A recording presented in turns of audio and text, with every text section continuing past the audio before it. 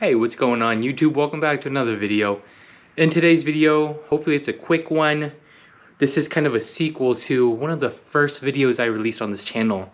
And with that, thank you for all the supporters, all the views. So this is gonna be an up close and intimate look at the front wheel well. As we all know, it's a trouble area if you're trying to fit oversized tires on a Tacoma. And specifically on mine, if you don't know yet, we are on stock suspension still, stock off-road suspension. I just want to show you up close, more specific, what I had to do to fit 285 17s, an almost 33-inch tire, as you know, on -10 wheel offset. The wheels are SES Ray 10s. We will go over offset in a little bit. We're not going to go into detail about it because I am not a wheel expert, but I do know enough to make mine fit and mine work. So hopefully this video is informative for you and you can check it out and make it work on your rig. Here we go.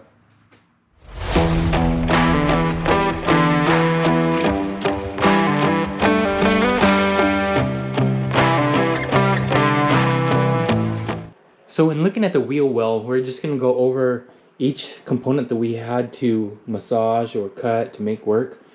We'll simply go over one component at a time. Alright, so first and foremost, the elephant in the room is the cab mount. This is an actual mount that mounts your cab to the frame. This is an extension of the frame. So what this is called a cab mount chop or a body mount chop. CMC or BMC, whatever you see online.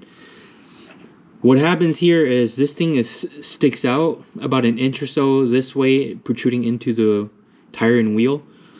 So you can either simply just cut this and leave this open. I see a lot of people run that.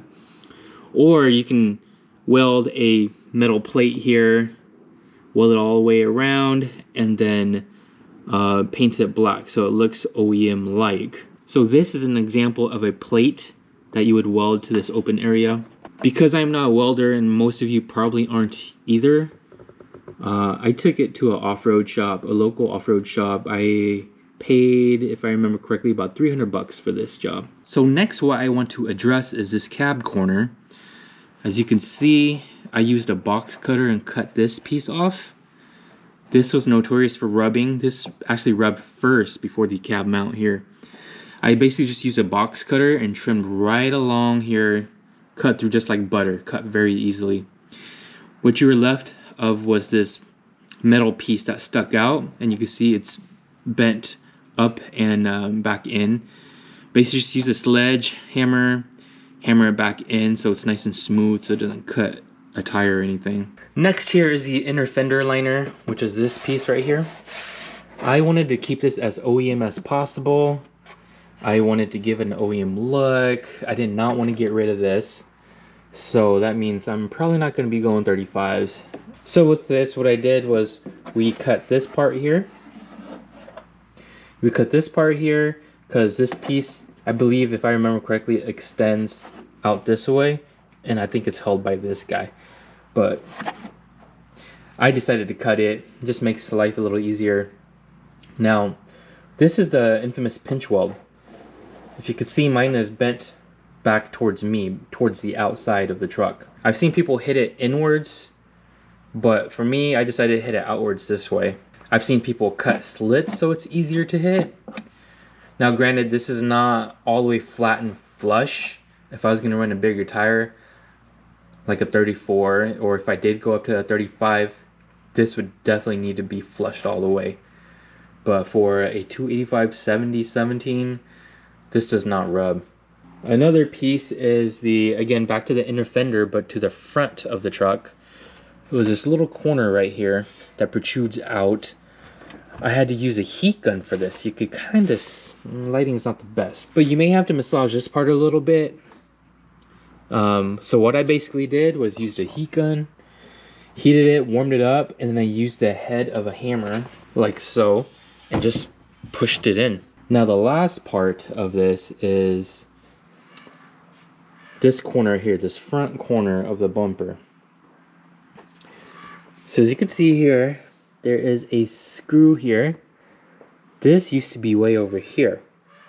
Now there is a color matched plastic piece that extends out from here, extends out this way, and then this bolt used to screw on over here. What it basically did was unscrew this bolt, and I pushed everything that away, and over here there's a little hole over here already.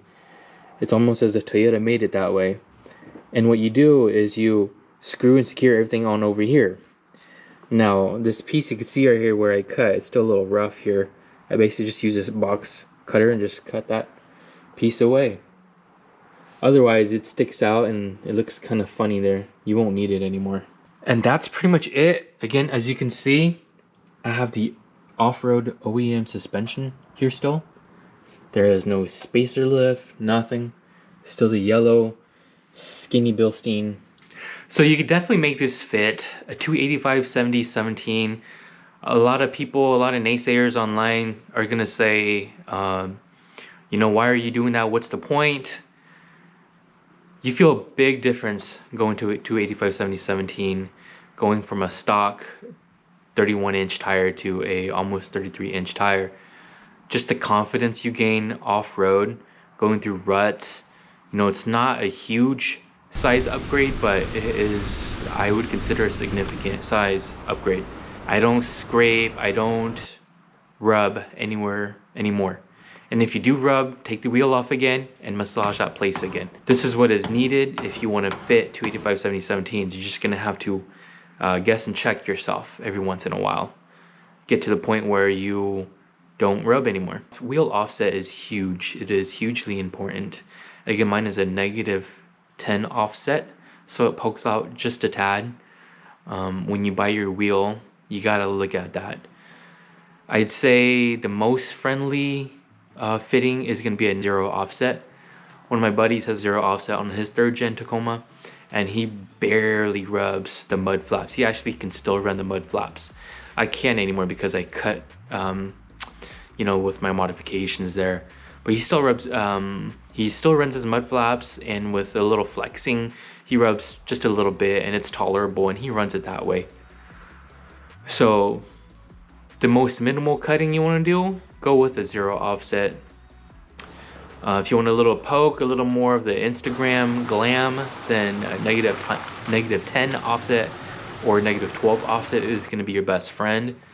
If you go -38, that thing pokes out. The wheel tire combo pokes out a whole lot, and you're gonna have to do a lot of cutting. And I'm not gonna go over that because that's not how my truck's set up. And you can check other people's videos out. If you have a suspension lift or a spacer lift, and you plan to go off-roading and flex or cycle your suspension, you're still gonna have to do this, because again, the key is cycling. Your suspension is still gonna go up and down. You're still gonna rub, even if you are on a 2 or 3 inch lift. So these are still things that you're most definitely gonna have to do still. Anyways, I thank you for watching. Hopefully you learned something from this video. We'll see you next time. Peace.